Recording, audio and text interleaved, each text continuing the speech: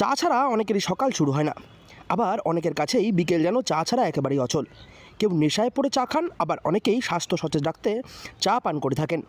আবার অনেকে ঘুম কিংবা ক্লান্তি কাটাতেও চায়ের পান করে থাকেন। স্বাভাবিকভাবেই শীতকালে চা খাওয়ার প্রবণতা অনেকটাই বেড়ে যায়। পাতা চা কিংবা গুঁড়ো চা অনেকেই খেয়ে থাকেন। তবে বিশেষ ধরনের চা যদি বাড়িতেই বানিয়ে ফেলা সম্ভব, তাহলে কিন্তু সেই চায়ের খাওয়ার আমেজ অনেকটাই বেড়ে যায়। বলছি এই যে কমলা লেবুর চা বিশেষভাবে আপনারা তৈরি করলেন বাড়ির মধ্যে, বিষয়টি কি হয়েছে যদি বলতে চান? প্রথমে একটা কমলা নিলাম, নিয়ে সেটাকে দুভাগ করে একটা বাটিতে রাখলাম। রেখে তারপর দুটো বাটিতে আমি চা পাতা, চিনি নিয়েছি। তারপর কমলার খোসাটা মানে চামচ দিয়ে করে কমলার খোসাটা ছাড়িয়ে নিলাম। নিয়ে বাটিতে জল নিয়েও গ্যাসে বসিয়েছি। বাড়ির মধ্যেই চা খাওয়ার মজাকে আরও কয়েক গুণ বাড়িয়ে তুলতে বাড়িতেই বানিয়ে ফেলা সম্ভব অরেঞ্জ চা বা কমলা লেবু চা। এই চা খেতে দারুণ সুস্বাদু হয়ে থাকে। ঘরোয়া বেশ কিছু উপকরণ যেমন চা পাতা, মিষ্টি বা চিনি বা মধু, এছাড়াও কমলা লেবু এবং সামান্য জল দিয়ে তৈরি করতে পারবেন এই বিশেষ ধরনের চা।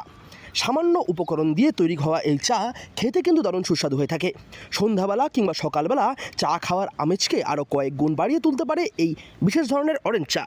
ভালোভাবে ফুটিয়ে নিলাম। ফুটিয়ে নিয়ে তারপর সেই কমলার যে খোসাটা ছিল দুই ভাগে, দুইটা খোসার মধ্যে আমি কি করলাম, পিন দিয়ে এটাকে ফুটো করলাম। ফুটো করে নিয়ে তার মধ্যে চা পাতা দিয়েছি। চা পাতা দেওয়ার পরে সেই কাপের মধ্যে কমলার খোসার মধ্যে যে চা পাতাটা ছিল ওর মধ্যে গরম জলটা আস্তে আস্তে ঢেলে দিয়েছি। দেওয়ার পর যেই চাটা হলো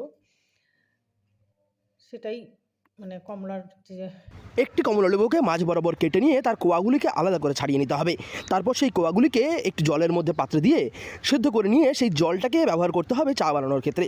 এরপরে সেই খোসা ছাড়ানো কমলা লেবুর খোসাগুলিকে ফুটো ফুটো করে নিতে হবে একটি সূচালো জিনিসের মাধ্যমে। তারপর বেশ কিছু চা পাতা তার উপরে দিয়ে সেটাকে একটি কাপের উপর বসিয়ে নিয়ে সেই গরম জল আস্তে আস্তে ঢালতে হবে এই কমলা লেবুর খোসার ওপর। তারপরেই ধীরে ধীরে তৈরি হয়ে যাবে এই বিশেষ ধরনের অরেঞ্জ চা, যা খেতে দারুণ সুস্বাদু। ভালো। বাড়িতে অতিথি আসলে তাদেরকেও দেওয়া যায়। এটা একটা ভালো আচ্ছা, উদ্যোগ। শীতকালীন সময় তো কমলাটা প্রচুর পাওয়া যায়, তো বাড়িতে অনেকেই চা খেয়ে থাকেন। এটা সকাল এবং সন্ধ্যাবেলা খেতে কেমন লাগতে পারে? দারুণ, খুব ভালো এটা। এটা খেলে তো ভালোই হয়। মানে হেলথ বেনিফিটসও রয়েছে এবং তার সাথে সাথে চায়ের একটা আমেজও পাওয়া যাবে। হ্যাঁ, উম খেতে তো খুবই ভালো। বাড়িতে অতিথিরা আসলে ওদেরকে মানে যদি এটা করে দেওয়া যায়, সেটা একটা অন্যরকম চা তৈরি হলো। খুব সহজেই তৈরি হওয়া এই অরেঞ্জ চা খেয়ে যে কোনো মানুষ অনেকটাই মুগ্ধ হবেন, এটুকু নিঃসন্দেহে বলা সম্ভব। কোচবিহার থেকে সার্থক পণ্ডিতের রিপোর্ট, লোকাল 18 বাংলা।